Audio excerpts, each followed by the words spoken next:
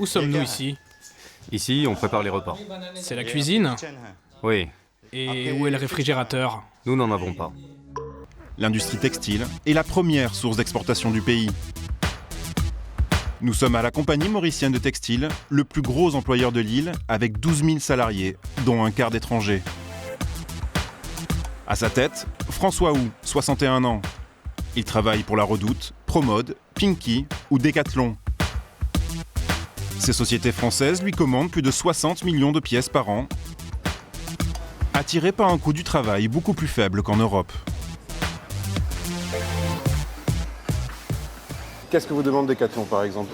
Child labor, ok. Travaux des enfants, donc il y a un âge minimum à respecter. Ok. Quel est combien, là, par exemple? Normalement, pour Decathlon, c'est à 15. Ok. Mais chez nous, ici, selon les lois mauriciennes, c'est à partir de 16 ans.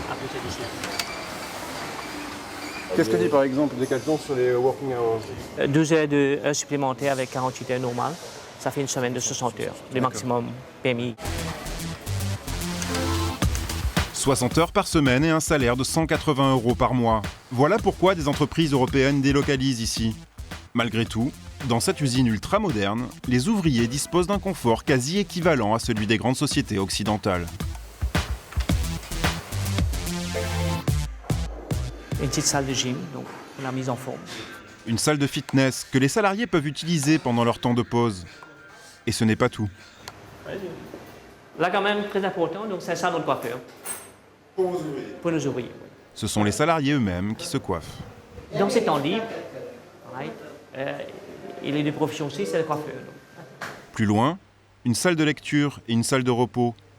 Une usine modèle, vitrine de l'industrie textile sur l'île.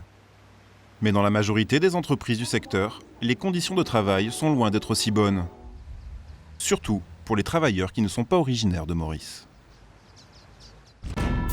Nous sommes à Goodlands, dans le nord de l'île.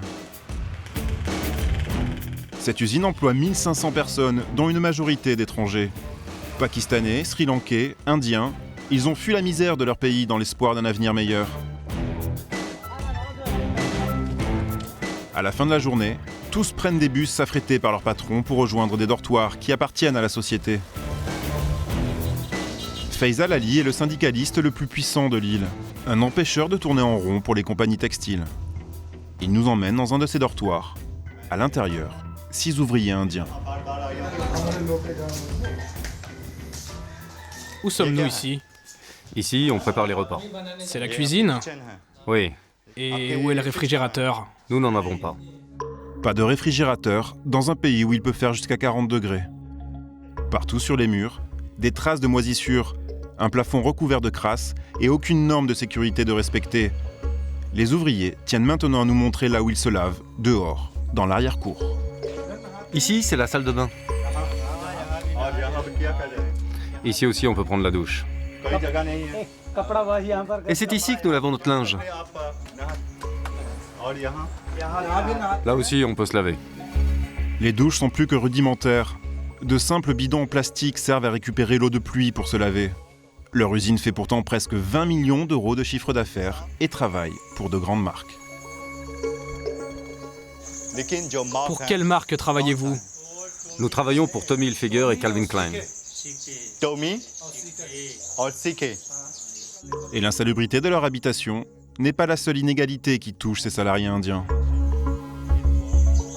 Quel est votre salaire? C'est ça, c'est ce qui est marqué sur le papier. Son basic salary, ça veut dire base de salaire, c'est 2849,25 sous. À l'île Maurice, le salaire de base est de 140 € par mois. Pour la même tâche, les ouvriers indiens sont payés moitié moins. Faisal, fréquemment taxé d'antipatriotisme, juge ces conditions de travail inacceptables. Il y a des travailleurs qui souffrent encore dans ce pays. Alors, moi, j'attends vraiment quand un travailleur peut toucher 12 à 15 000 roupies par mois.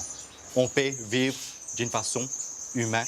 Pour moi, c'est la dignité humaine qui doit primer sur l'économie de mon pays. Nous avons tenté plusieurs fois de contacter le directeur de l'usine qui emploie ces Indiens. Il a refusé toutes nos demandes d'interview.